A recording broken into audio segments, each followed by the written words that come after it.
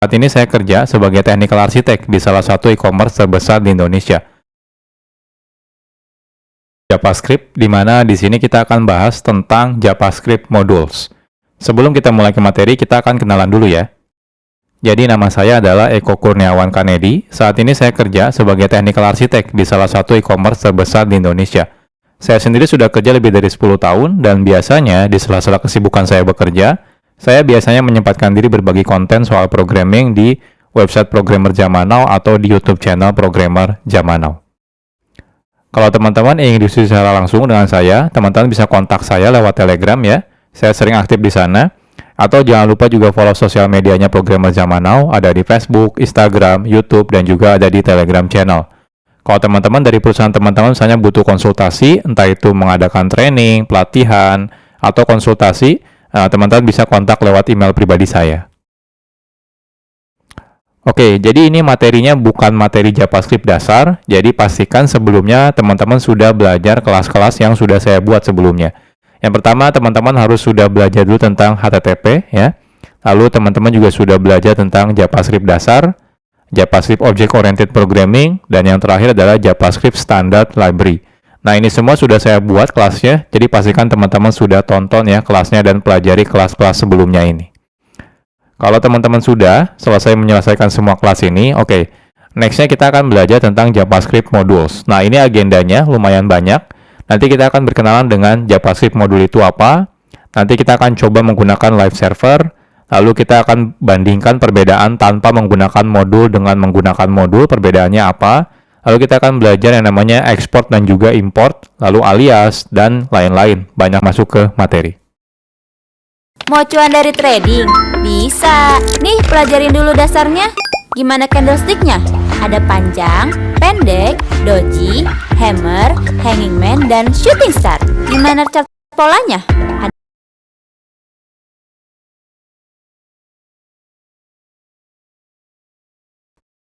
Sekarang kita akan berkenalan dulu dengan JavaScript modules.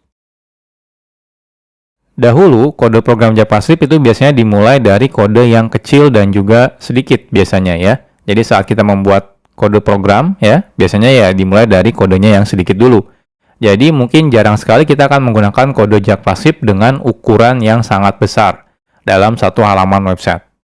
Nah, tapi ya, saat ini kebutuhan web ya sudah berbeda. Jadi kalau dulu tuh mungkin kebanyakan aplikasi website itu ya sederhana gitu ya, beda seperti yang sekarang.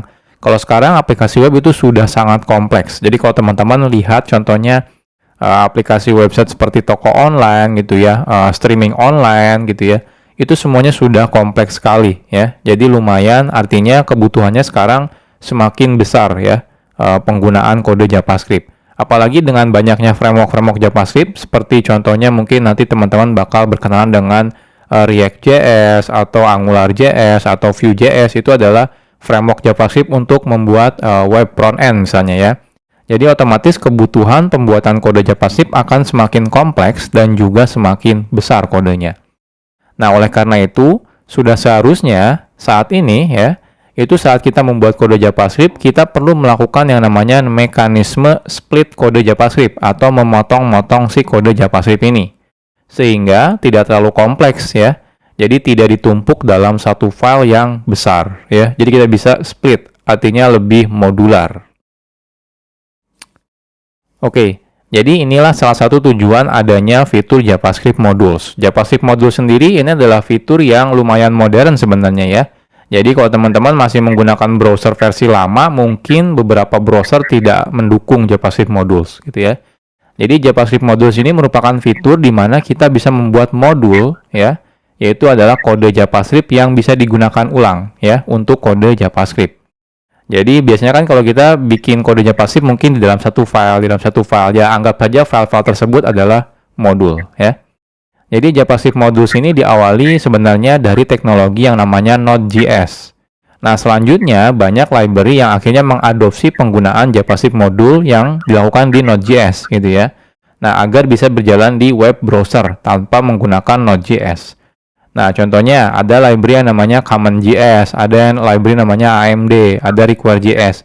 Itu semua mereka melakukan mekanisme seperti mengadaptasi ya modul yang biasa digunakan oleh si Node.js. Nah, tapi sekarang itu tidak perlu lagi nih kita menggunakan library CommonJS, AMD, Require.js. Kenapa? Karena browser-browser modern sekarang sudah mendukung yang namanya JavaScript modules gitu ya.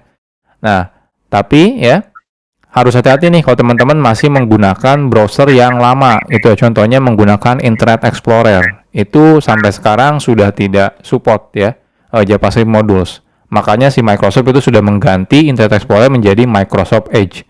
Kalau Microsoft Edge itu sudah mendukung yang namanya JavaScript modules. Tapi kalau teman-teman masih menggunakan Internet Explorer, maka dia belum mendukung tentang JavaScript modules. Yang biasa digunakan dalam JavaScript modules, yaitu kata kuncinya adalah import dan juga export. Nanti untuk lebih detailnya kita akan bahas di chapter-chapter tersendiri ya. Jadi sederhananya adalah import itu merupakan kata kunci yang digunakan untuk mengambil sesuatu dari JavaScript modul ya. Nah, sedangkan export itu digunakan sebagai kata kunci yang digunakan untuk memberitahu kalau di dalam modul ini bagian mana yang ingin kita expose keluar sehingga bisa diimport dari luar modul. Jadi kurang lebih seperti ini ya JavaScript modul. Nah, tenang aja kalau teman-teman masih bingung, nanti tiap chapter kita akan bahas lebih detail gitu ya.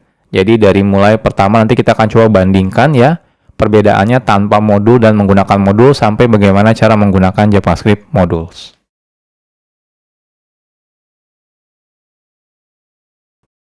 Oke, sekarang kita akan membuat project-nya terlebih dahulu ya. Sederhana aja, kita akan buat folder kosong namanya adalah belajar JavaScript modules. Oke, saya akan masuk ya. Teman-teman silakan buat folder. Saya akan menggunakan perintah terminal ya. Teman-teman kalau mau menggunakan UI juga boleh, silakan. Intinya kita buat folder. Saya akan masuk ke tempat saya biasa development. Lalu saya akan make directory namanya belajar JavaScript modules ya. Lalu kita akan masuk. Nah, silakan teman-teman buka foldernya, bisa menggunakan JetBrains WebStorm atau menggunakan Visual Studio Code. Saya akan buka menggunakan dua-duanya ya, WebStorm dan juga Visual Studio Code. Oke, ini Visual Studio Code dan ini adalah WebStorm. Ya, jadi sekarang kita sudah selesai ya. Jadi kita sudah bikin folder kosong ya. Teman-teman boleh gunakan editor mana aja boleh, nggak ada masalah ya.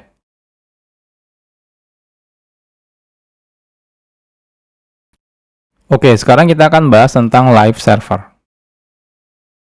Saat kita menggunakan fitur yang namanya JavaScript module, itu sangat disarankan teman-teman menjalankan kode JavaScript-nya di dalam web server. Jadi artinya tidak langsung dari file teman-teman buka menggunakan web browser. Jangan ya. Kenapa? Karena beberapa mungkin tidak akan jalan kalau teman-teman bukanya langsung dari file. Jadi teman-teman harus beneran running dalam mode web server. Nah, hal ini karena spesifikasi dari JavaScript module meminta secara default kode JavaScript perlu di satu domain server yang sama. Jadi kalau teman-teman misalnya membuka file HTML-nya menggunakan URL file.2/ di depannya gitu ya, maka dikhawatirkan akan terjadi error yang namanya CORS atau singkatan dari Cross Origin Resource Sharing gitu ya. Jadi pastikan teman-teman nanti menggunakan web server. Nah, di sini kita akan coba menggunakan web server ya. Dan tapi web servernya itu sangat gampang digunakannya gitu ya. Jadi teman-teman tidak perlu menginstal aplikasi tambahan seperti misalnya Nginx atau misalnya Apache HTTPD, itu nggak perlu gitu ya. Sudah ada plugin bawaan dari Visual Studio Code atau juga JetBrains ya, itu sudah ada. Jadi teman-teman tidak perlu menginstal secara manual. Oke, kita mulai dari yang pertama. Jadi yang pertama itu kalau teman-teman menggunakan Visual Studio Code ya, teman-teman bisa install plugin namanya adalah Live Server. Jadi plugin ini nanti bisa digunakan untuk menjalankan lokal web server ya. Jadi lebih gampang nih kalau teman-teman menggunakan plugin ini ya. Jadi plugin live server ini bisa digunakan untuk menjalankan local web server sehingga saat teman-teman nanti mengakses kode JavaScript-nya, kita bisa menggunakan domain localhost ya.